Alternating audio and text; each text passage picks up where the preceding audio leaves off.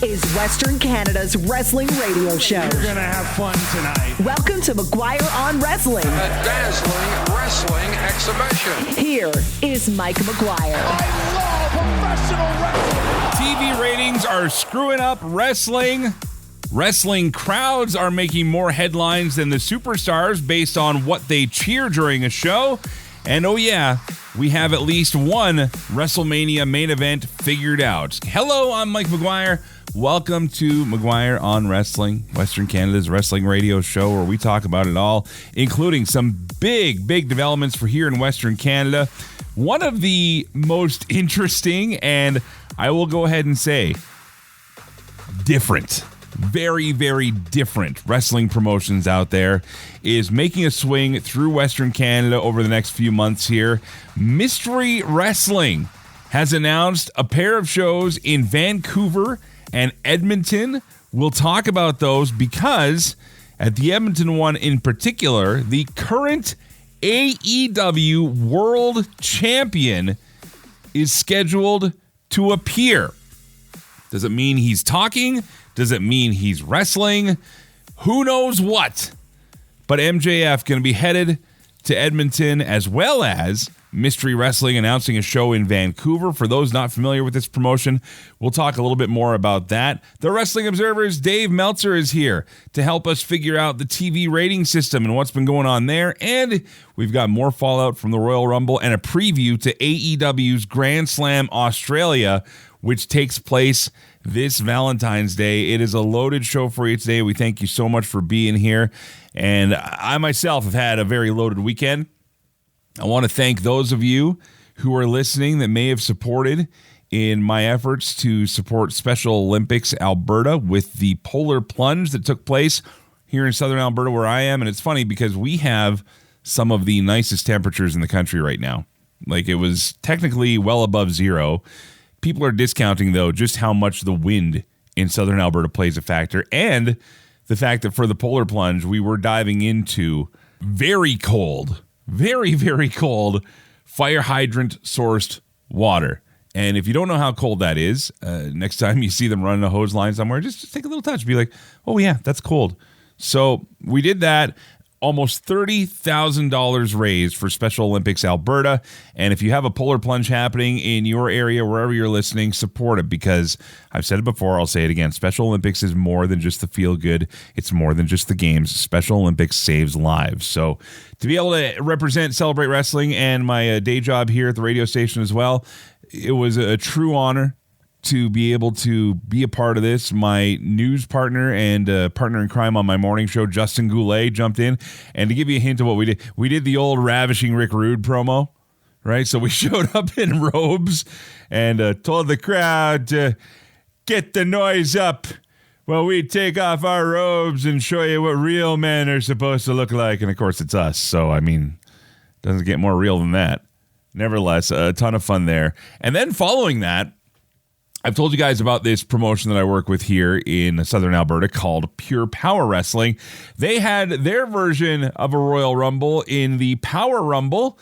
20 wrestlers over the top rope. Some wrestlers from out in BC were joining us as well, and it was an amazing night. I do the technical production for that. I do some lights and stuff like that, and coming up with 20 entrance sequence for wrestlers on the fly. Some of the guys I've already got figured out, but if you ever really want to tip a hat to somebody, next time you're at a WWE or an AEW show or any show that has any sort of lighting and music sequence, give a little nod to the techs. They appreciate it because it's a lot to do on the fly, but I'm not complaining. I had a blast. Getting ready for a busy weekend this weekend. February the 15th, after Grand Slam, I will be in Calgary for Dungeon Wrestling and the Stu Hart Heritage Heavyweight Championship #1 Contenders Tournament. This is exciting. We've got some really good names showing up for this one, and also a shot at Raj Desi, the former Jinder Mahal, who is the current Stu Hart Heavyweight Champion. Of course, he's going to be back soon, and we have the #1 contendership figured out. Once this show happens, some great women's matches also going to be a part of this thing. Gigi Ray going to be making her debut in Dungeon Wrestling for this show as well, and a bunch more, so very excited for that. And then The next week is when I hit the road with Canada's Wrestling Elite, and that's where I'll be doing 3 shows in Swift Current, Saskatchewan, Medicine Hat, Alberta, and Calgary once again, this time for CWE, with British Bulldog, Davey Boy Smith Jr., Harry Smith, whatever you want to call him. A great friend of our show here and great friend to pro wrestling. And, Harry's still giving it all he's got. He's bigger than ever, too. Bigger than ever. Last time we had him on the show, if you remember, was when he had the diverticulosis. So not the litis, the same Brock Lesnar had, but it's the losis. And they had to cut out a portion of him to fix him. And so we had him on the show, and a lot of people were wondering how Harry was doing. Obviously, he's doing great. I have reached out to Harry. He's going to try and come on the show here before we do the tour, but if not, we'll get him on the tour for sure because we'll have some time making those dates, brother. I'm doing 3 shows. Like, it's not the biggest haul for me, but these wrestlers go all across the country. Anyway, if you want to support the show real quick, CelebrateWrestling.com. We do have some t-shirts that are available, more shirts coming out, I believe, this coming weekend. I didn't want to release anything on Super Bowl Sunday because everybody's distracted and there's enough going on. So we've got 3 designs out right now, 3 more to come, and pre-orders are happening now where you can save $5 on those shirts. CelebrateWrestling.com is also where you can go if you'd like to make a PayPal donation. But most importantly, the thing you're doing right now, listening to this show, either online or on the radio, that's what goes the furthest. And if you want to keep doing that, or if you missed a show, you want to find out more what we're about or find bonus free content, we do more than just this show every week on the Celebrate Wrestling podcast feed. Head to CelebrateWrestling.com for more on that. Joe Aguinaldo is going to be here in a bit as we go through the AEW Grand Slam card coming up this weekend. But right now, let's take a look at some of the other big stories making headlines this week. We call it the 5 count. You want to hear that breaking news? Well, speculation is running wild about the future for AJ Styles after he lost his retirement match against Gunther at the Royal Rumble in Saudi Arabia last week. There's been all sorts of discussion as to whether or not AJ may be actually done from wrestling. What did he mean when he didn't put the gloves down and put them back on? Is he going to AEW? Will he go back to Japan? Well, Stephanie McMahon asked that very question to AJ on her What's Your Story podcast, and this is what he had to say. I don't know. I think... Because this is wrestling. I know. The door is always open is all I mean. I know. Never say never, right? That's the saying. I think everybody's allowed at least once come out of retirement. For sure. I'm not saying that I'll do it anytime soon. I'm just saying that what if my son wrestles? Yeah. What the opportunity to tag with him once? Right. There'll be a time where the gloves will never go back on it, and maybe now, but we'll see. Naturally, if you're any wrestling company in the world, you would have interest in bringing AJ Styles in, but for now, it seems like AJ is just going to lay low. Well, if you remember a couple weeks ago, we told you about this boot of Hulk Hogan's from his WrestleMania 18 match against The Rock that went up for auction and was already fetching tens of thousands of dollars. Well, the final bid has gone through, and again, one custom airbrush boot belonging to Hulk Hogan has sold for $146,400 US. The boot first made headlines a couple weeks ago when the bidding had already gone up over $24,000. There were 36 bids on the boot. The winning bid was reportedly $120,000, but the extra charges come with a buyer's premium. A lot of auction houses will do this to ensure they make a stronger commission. Well, if you got about a half an hour, hop over to YouTube and check out a documentary that was released by Maple Leaf Pro Wrestling. It focuses on a guy that a lot of folks don't really know that much about outside of his role behind the scenes. Jeff Drumboy Kavanaugh has been a well-known mainstay to people behind the scenes in pro wrestling, especially in Eastern Canada, for decades, working closely with Scott D'Amore throughout the years. He's also spent time in Border City Wrestling, Can-Am, TNA, and now, of course, Maple Leaf Pro. Kavanaugh's been fighting a battle against colon cancer, and the documentary tells his story as well as shows several wrestlers, promoters, and people within the business showing their appreciation for him. If Scott D'Amore's putting on a show, Drum's fingerprints are all over this thing, and he is doing the grunt work, the things that go unseen, the things that are backstage. They say the superstars are in the ring and in front of the camera. Well, Drumboy is a superstar every day of the week and you don't know his name. That's how important he is to what wrestling is and who he is as a person. That was D'Lo Brown, part of the documentary, which you can see now on YouTube. Again, just look up Jeff Drumboy Kavanaugh versus Cancer. AEW's Grand Slam is this Saturday. We'll be walking through the card with you with Joe Aguinaldo, but a reminder for those of you here in North America, the show is going to air around the same time Collision does. 8 p.m. Eastern is the set start time, 7 Central, which means 6 in Alberta and 5 p.m.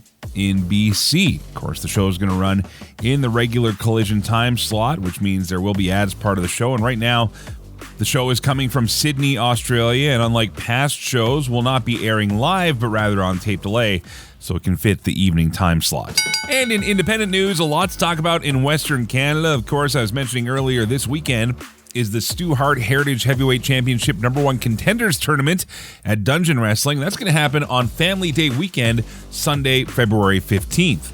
A couple days before that, though, this Friday down in Kelowna, our friends in Thrash Wrestling are going to be presenting Kin Wrestling Night along with Kin Canada.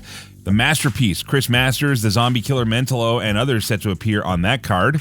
Further east, Canadian Wrestling's Elite, CWE. Those shows I mentioned I'm going to be on, featuring Harry Bulldog Smith. They actually have a litany of dates going from Valentine's Day in Winnipeg, then to Brandon on the 15th, Estevan, Saskatchewan on the 16th, Regina the 17th, and then the 3 shows I'll be part of, 18th in Swift Current, 19th in Medicine Hat, Alberta, and 20th in Calgary before heading up to Edmonton, Grand Prairie, Whitecourt, Lloyd, and on and on and on. You can follow those shows at CWE Wrestling. And finally, a couple of big shows on the way as Top Talent Wrestling returns to Edmonton on Friday, February the 20th.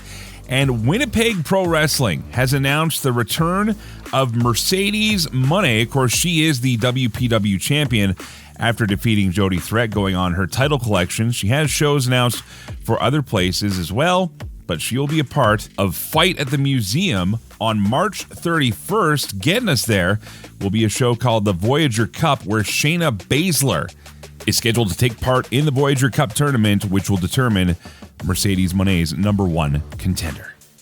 It's a great time to be a wrestling fan, friends, and coming up next, we're going to talk with Dave Meltzer from the Wrestling Observer.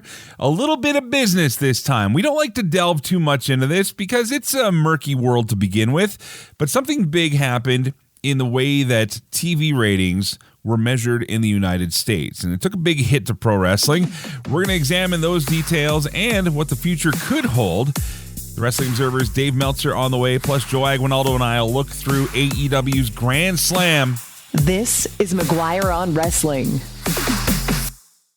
More than just McGuire on Wrestling, the Celebrate Wrestling podcast feed. Andy Evans and Stephen Bennett take you back to some of wrestling's biggest moments on Legends and Champions. For many a seasoned fan conjures images not of glory, but of a truly spectacular failure. My brother testified. Laugh along with Mitch and Dimitri on the alternate commentary table. Hello, Triple A Plumbing, Spiro speaking. Oh, sorry, I was looking for quadruple A. No, they're bombs. Celebrate Wrestling wherever fine podcasts are carried. It's time for the Wrestling Observer Insider with Dave Meltzer, McGuire on Wrestling. Arguably, Dave, the biggest news, Dominic Mysterio's hair could be on the line in the Mega Championship in AAA. Oh, really? Yeah, they announced this last night, actually. It was kind of fun. Vikingo is telling him that he wants to have him put his hair on the line as well as the championship, which, I mean, talk about, first of all, his big return after the Royal Rumble. That hair was in fine form, but I don't know if I can handle this stipulation, to be honest with you. Yeah. Not the most serious story, obviously. Actually, you know what's funny, Dave? We never dive that deep into this, but I thought this week, just for funsies, because it's been a story that's been talked about industry-wide, not just in wrestling, but it's affecting wrestling a lot, but even in my business in particular, and that is, of course, the rating system down in the U.S. You guys have this Nielsen system that when it was introduced, it looked as though pro wrestling had like 10 people watching it at that point. Like it was numbers were down across the board. They tweak it, but they had a major tweak in September, which did a number on pro wrestling, and UFC as well. And about 20% of the shows. I mean, there were several stations that really took a major hit. And I think it was the stuff that really was, I think the shows that were really strong in 18 to 34 were the ones that took the biggest hit. And wrestling, UFC is super strong there, and wrestling's fairly strong there. And those numbers just plummeted. And since 18 to 49 is like what everyone, the ad rates are based on, the value of wrestling, like in 1 week, dropped 30%, across the board.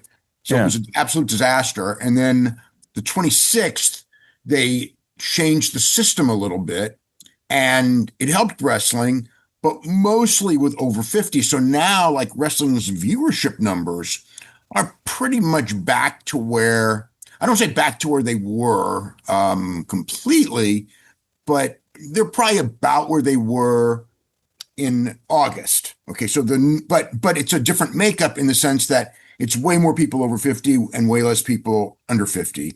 But the total number ends up the same, but the value of the wrestling programming based on 18 to 49 is still down. Although AEW has had a great week in 18 to 49 compared to what it had been doing. Again, like, I checked the Google searches because I'm going like, is this real? Is this not real?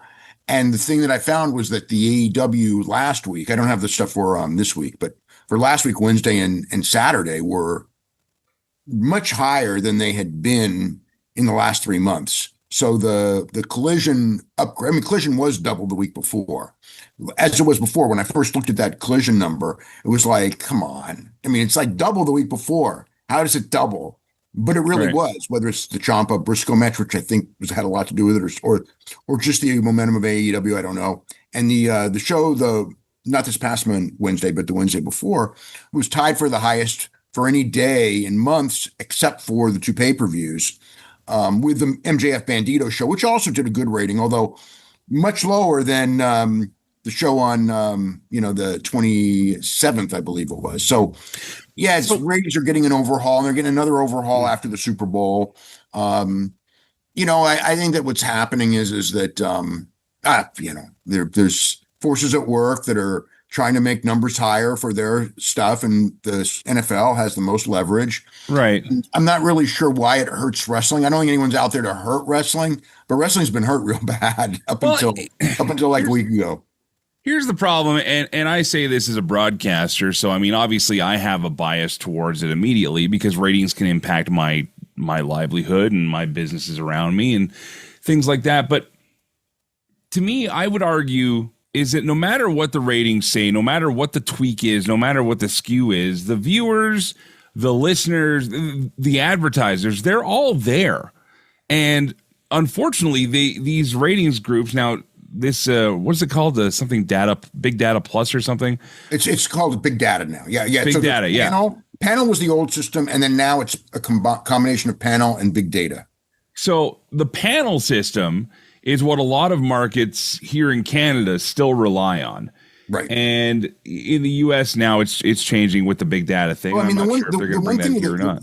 The one thing with the panel system is as compared to this new era is the panel system was pretty consistent in the sense it was consistent, but it was always small, very, very small. It's as far as the number of people that they teaspoon in a loaf of bread recipe. Do you know what I mean? Like it's always just a little bit, and they're determining the success of every program, every network, every industry, every show based on this one little scoop. You know what I mean? Yeah.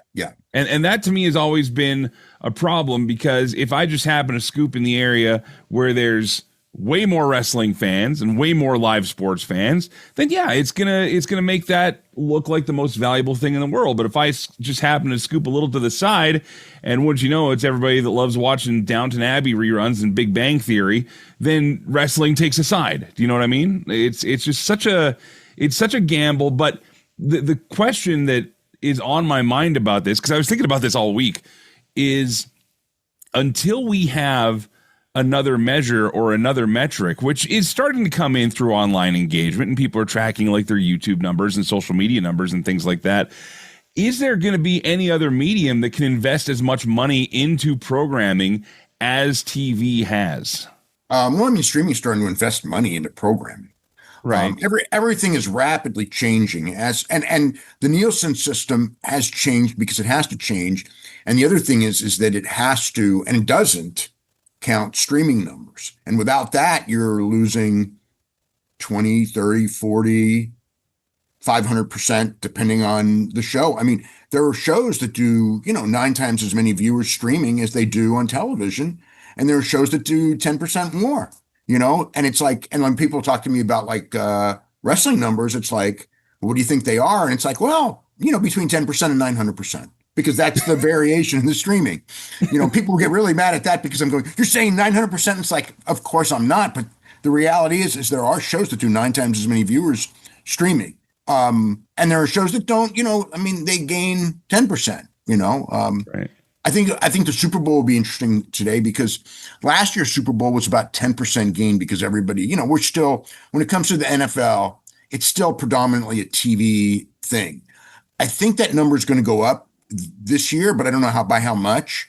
And it'll be different, because I had heard that like for the shows that are on television that are also simulcast on streaming, that the streaming number from January to January would in general increase 26%. So we're having way more people adapting. Now, that doesn't necessarily mean that the streaming numbers for AEW are 26% ahead of what they were last January. But in theory, on average, that is what it would mean. But every show is different. It's like I looked at the top 20 shows and how much they're increasing by streaming, and there's no set. That's like I said, there's some that it's, everyone, it's a significant number, but some far more significant than others. It all depends on where you're putting that scoop each and every time. And I'll live and die by that. And it's funny, if you're tuning into the radio right now and you're just hearing this is McGuire on Wrestling, but we are talking about the TV ratings business impact with Dave Meltzer from the Wrestling Observer. And well, what that means for bottom lines here. So you did mention that streaming is investing. I mean, obviously we have Netflix with their WWE deal internationally, and in the US they have Raw, and they have other programming making its way there now. But overall, I mean, really, you have 3-4 big streamers that are kind of becoming the old big networks, right? I mean, you've got your Netflix, your Amazon, your Paramount, your Disney Plus. HBO Max is a little bit lower, Peacock, Tubi, but yeah, the big ones are really, YouTube and Netflix are the biggest of the big. Yeah. But yeah. Then they, there's about 10 that are significant, I think, and then there's thousands of others. Yeah, I'm guessing though, and we don't have the books in front of us, obviously. I mean, the amount of money that's being made off of, well, especially YouTube streaming, for example. I mean, WWE is moving all their content that they don't get a streaming deal for straight to YouTube now. They'll put full shows, full matches. The old Vaults now is posting more and more random stuff that's getting a huge fan base all of a sudden. But it's got to be a case where this is like any revenue is good revenue at this point, because otherwise it's just sitting there doing nothing. But I'm guessing the numbers they're making from YouTube streaming specifically are nowhere near what they would have had back in the day, even when they had the proprietary network. Probably not. Yeah. But I mean, like with the network, the one thing that they recognized was that the old stuff really wasn't a driver of the audience. It was the pay-per-views that were driving the audience. Right. Well, it is fascinating, and we do like to talk about the business side of wrestling every once in a while. This is McGuire on Wrestling with Dave Meltzer here, and we're going to shift gears here. Coming out of the Royal Rumble from last week in Saudi Arabia, we talked about it already. Big show, huge spectacle. Not a ton of surprises if you were a fan, but there seems to be a fair onset of, I won't say dissatisfaction, but it seems to me that fans aren't hyped at the idea of WrestleMania being there next year based on what they saw this go around. I mean, it is a different feel. It's a different place, but they're going to have to make what was the feedback you were seeing from your readers and listeners? Well, I mean, the feedback I got was mixed. I mean, I thought, but most of the feedback I got wasn't, I mean, like, yeah, the venue with the way they lit it made it look empty, and it wasn't empty, and that was a concern. But they're going to fix that. That's not going to be an issue at next year's WrestleMania.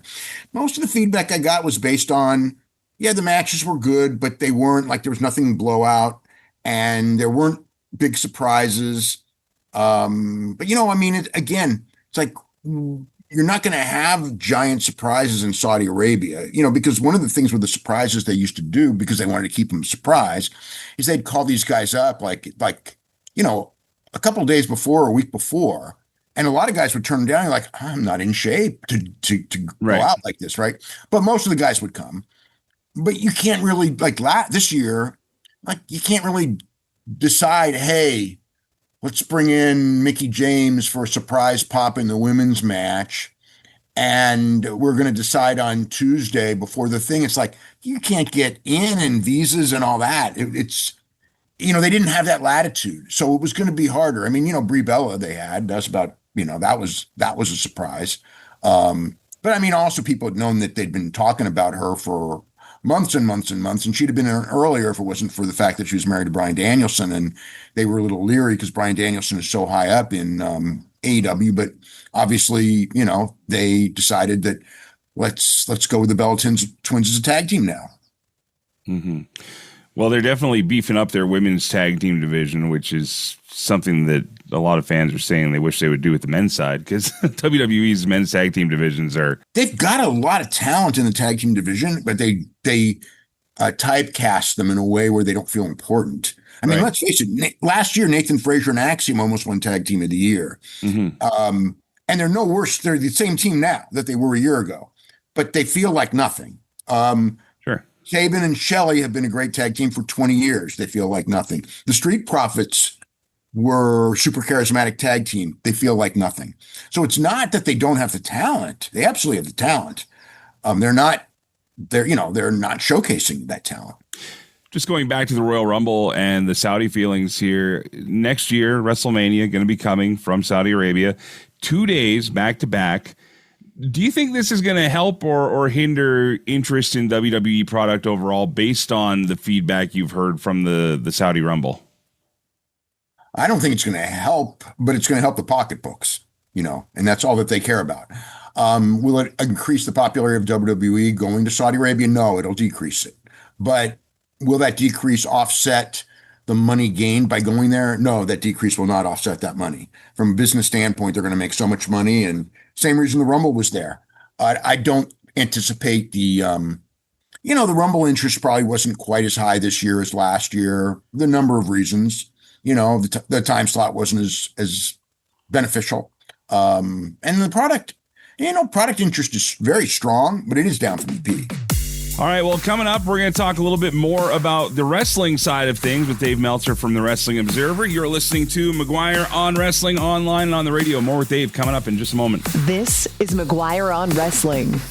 McGuire on Wrestling, Western Canada's wrestling radio show. Brett the Hitman Hart, how are you, sir? I'm very good. Now spanning BC, Alberta, and Saskatchewan. MVP. It's good to be back with you, Mike. You can hear extended versions of the show, bonus podcasts, and exclusive interviews by following the Celebrate Wrestling podcast feed. Killer Cross. I'm actually enjoying this conversation. Apple Podcasts, Spotify, iHeartRadio, and wherever fine podcasts are downloaded. Just search and subscribe to Celebrate Wrestling. Welcome back to McGuire on Wrestling.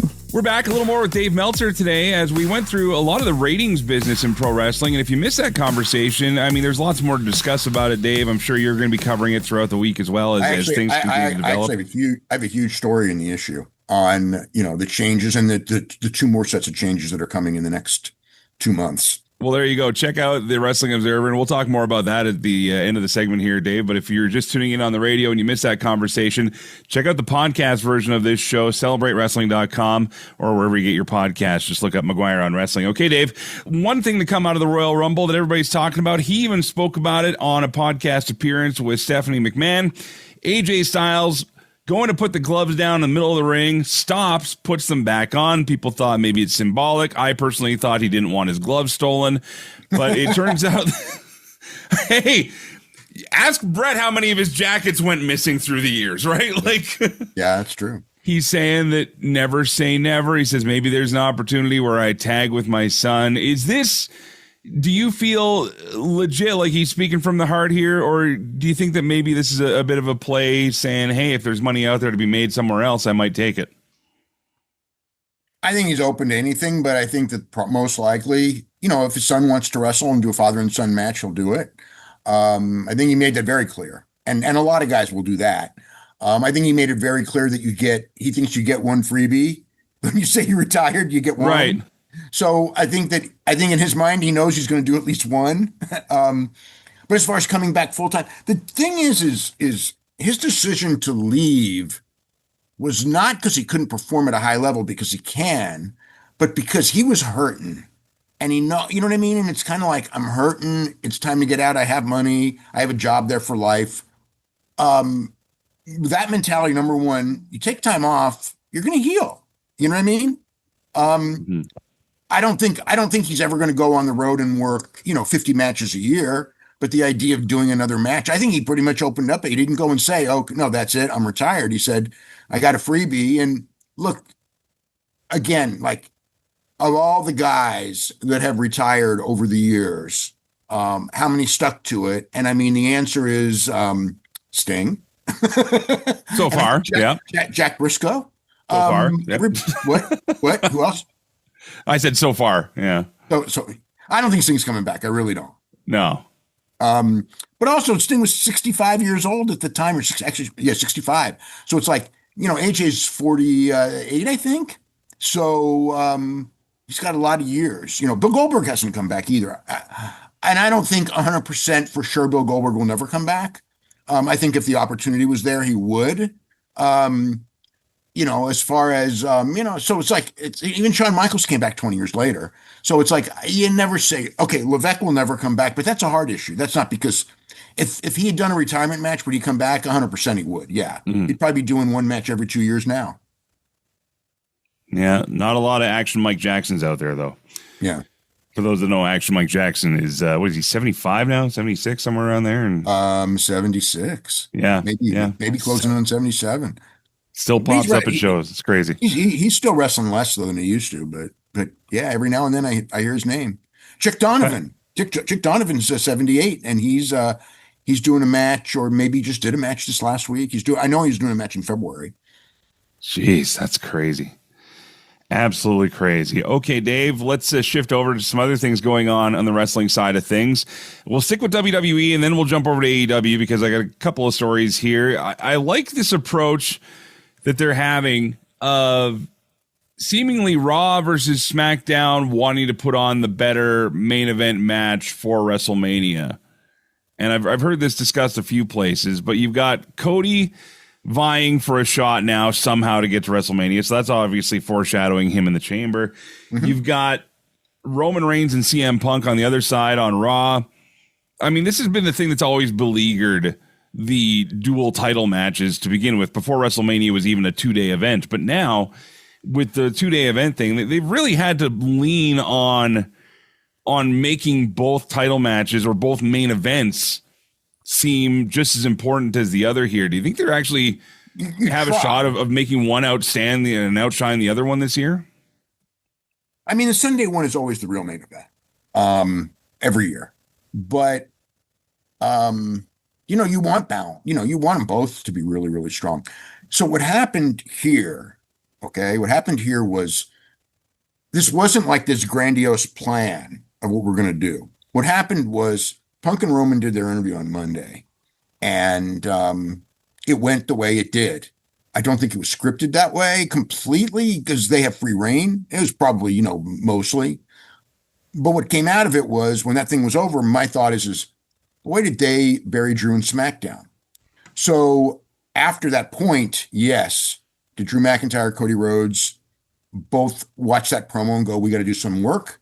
Yes, they did. That's what happened. It wasn't like 2 weeks ago they go, we're going to do this thing like this. It was like this thing happened the way it did. And it was like the other guys are like, if we don't do some damage control right away, all of a sudden our match is like the consolation prize, and we don't want it to be the consolation prize. So that's where that came in. I mean, it was like, I know when I watched that thing on Monday night, it's like, Drew McIntyre can't sit this one out. He's going to have to go. He has to address it. And he did. Well, that's just it. That promo between CM Punk and Roman Reigns, for those that missed it, go back and find it. Because, I mean, it was neat. They were, digging a little deep on each other, and they were talking about stuff from the past. And that's everything you want in a heated main event like that. So, yeah, it's going to be the one to beat this year, I feel already, unless something wildly spectacular gets dropped from the heavens on this card. Or somebody gets hurt. That's true, too. I mean, injuries are pretty prevalent these days. We are in a strict although I doubt Roman will be doing much wrestling between now and then, so I think he's relatively safe. And Punk will probably do limited wrestling. So because they're both not young men, especially Punk. Yeah. I don't think you want him out there doing a whole bunch of matches and risking that match at this point. No, well, touch wood too. I mean, Punk seems to have shaken that injury bug that was hitting him for a while there. So, I mean, good Lord willing, we'll still have that main event by the time WrestleMania comes around here. As far as other things going on WWE TV, we talked about this a bit after the Royal Rumble. Sami Zayn on SmackDown this past Friday made to look like even more of a chump after losing this match.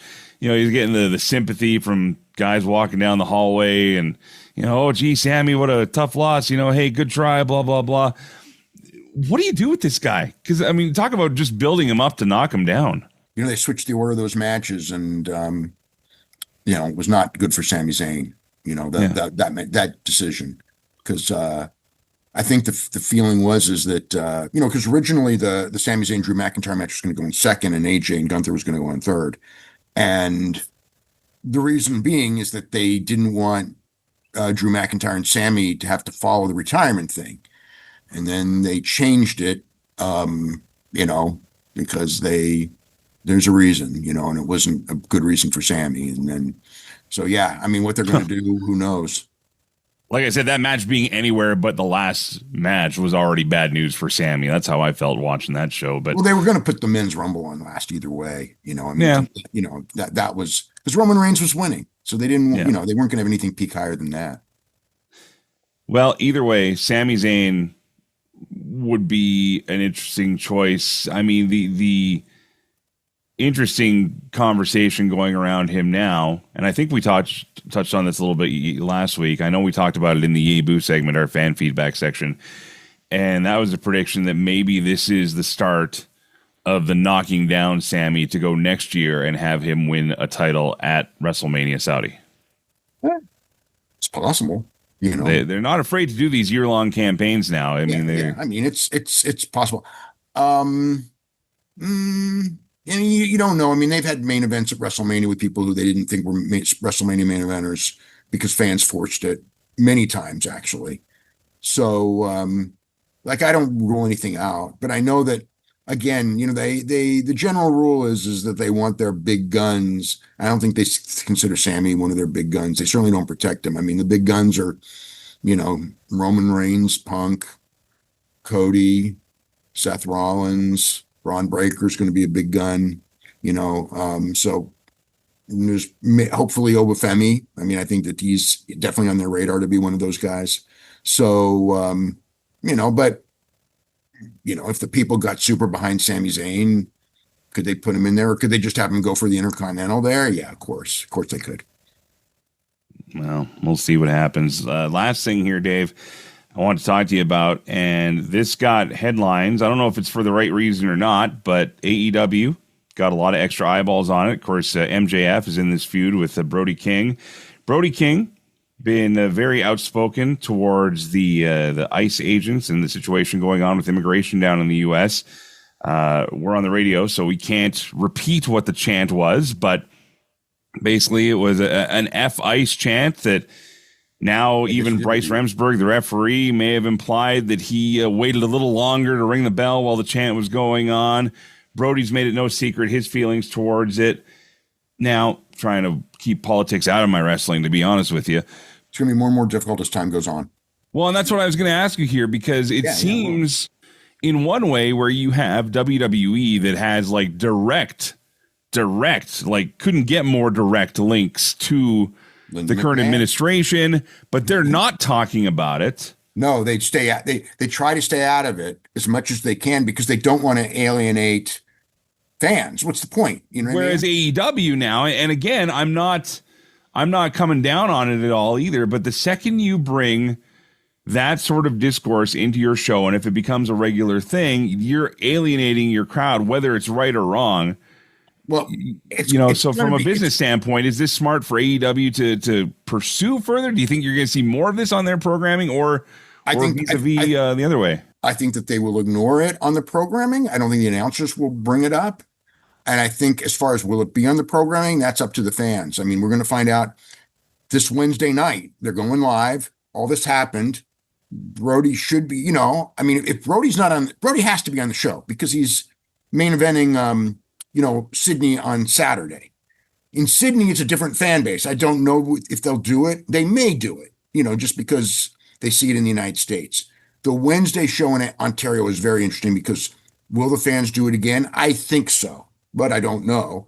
And if they do, then, I'm sure they have to figure out what they want to do. I think that if I was AEW, I would like the publicity because they don't get that kind of mainstream publicity usually. So the name is out there more. They had a senator publicly talk about them. At the same time, you don't want to alienate fan base either. And I don't see them going in there and taking sides. It'll be interesting. So the key is when Brody's on the show Wednesday, if the fans don't do anything, then it's probably like a one and done. If the fans do something, how do they react as far as the production goes? Do they bleep it? Do they let it go? Do they kind of make sure it sets in for the publicity? And we'll find out Wednesday, which course they take. But it's something obviously that they are going to have to address on how they cover it. Tony Khan was, he's out here, San Francisco area the whole week with a lot of the talent. And, he's done a lot of interviews and he sure hasn't answered any questions when it comes to that topic. And I'm sure people have asked. So it tells me that it's on the show, but he's not going to say, hey, we're behind this one. Plus, got a weird administration. They may crack down on him. You know what I mean? Well, that's that. I mean, that's how it's so weird here. So it's kind of probably going to be mad at him, even if he does nothing. So that's just the nature of the beast right now. And that's the interesting thing. We've had a lot of fans in our social media at Celebrate Wrestling talk about how, they want to keep the real world out of wrestling as much as possible when it comes to stuff like that, because that's why during the shows, I think that'll happen. But as far as in the real world that we're in right now, it's difficult because there's going to be people who feel very strongly we're going to make their like Undertaker or Mick Foley, we're going to make their points no matter what. Well, there you have it. Dave Meltzer from the Wrestling Observer, WrestlingObserver.com. And, of course, Australia Grand Slam is next week, Dave. I'm sure we'll have a lot falling out of that. I'll also be getting ready to be on the road with Dungeon Wrestling up in Calgary that day. We've also got a CWE tour I'm going to be on with Harry Smith. So we'll figure out a way we're touching base, but we'll make it happen. Thank you, sir. Okay, have a great week. Final segment of the show. We want to thank you for being a part of it as always. If you want to contribute, CelebrateWrestling.com is where you can go. And also follow the Celebrate Wrestling Facebook group. We've got two things. We got the page and the group. The page lets you know when shows post. The group is where everybody comes together and chats about anything wrestling you want. And the best part is we moderate it well enough that we don't allow any people to be jerky in there, to be honest with you. One of those guys that will never be described as jerky, although he is fun to chew with. I don't know what that means. Joe Aguinaldo, how are you? I don't even know where to go with that introduction.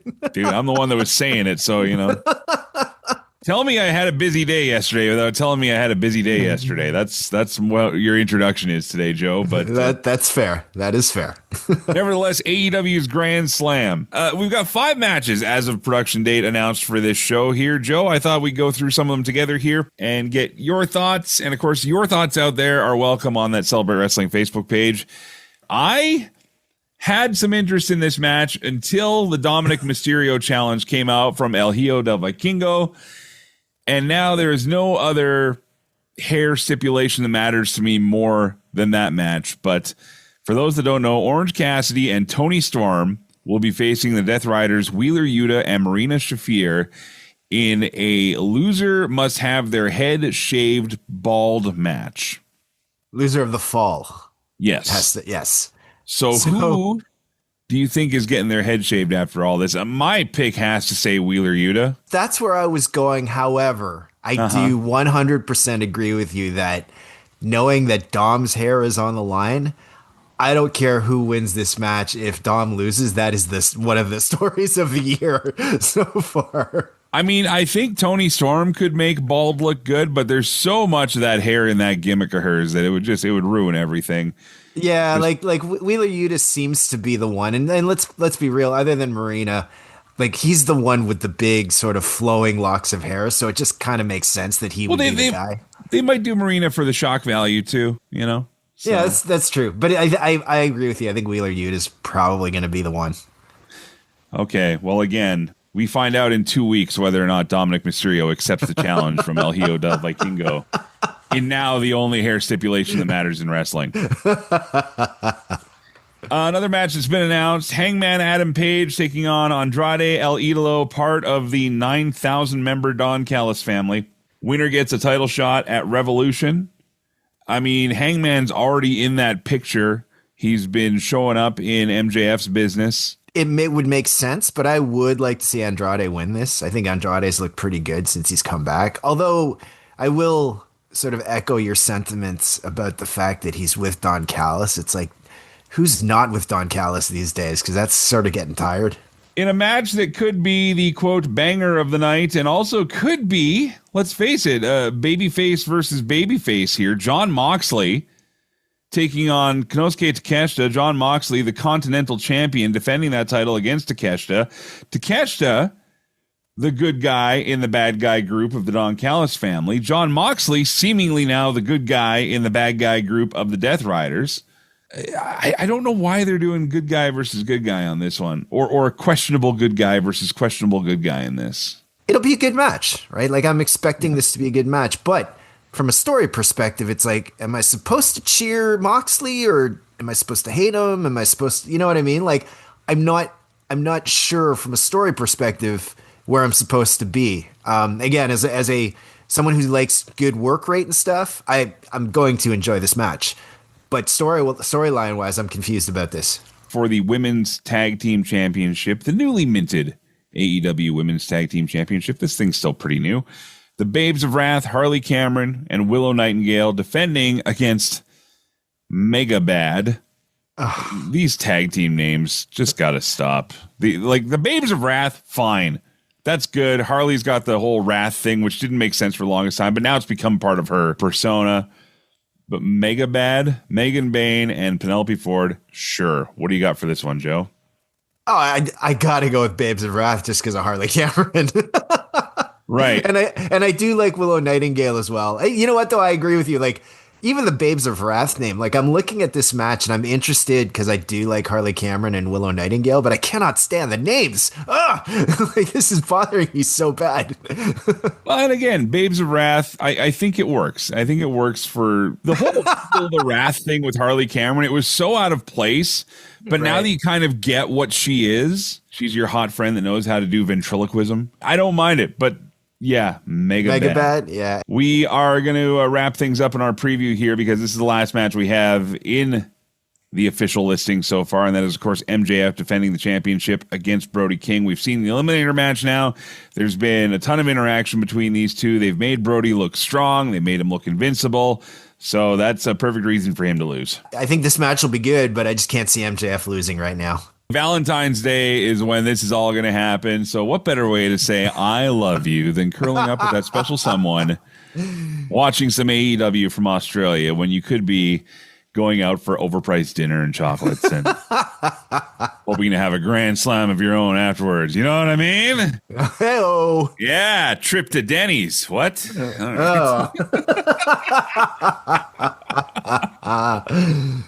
This has been McGuire on Wrestling. That is Joe Aguinaldo. My thanks to Dave Meltzer, and of course, my thanks to you for listening each and every week. Next week, hopefully, we'll have some fun with some extra guests on the show here. Like I said, going to be reaching out to Harry Smith. We'll be coming to you from Dungeon Wrestling in Calgary as well. It's going to be a busy weekend up ahead.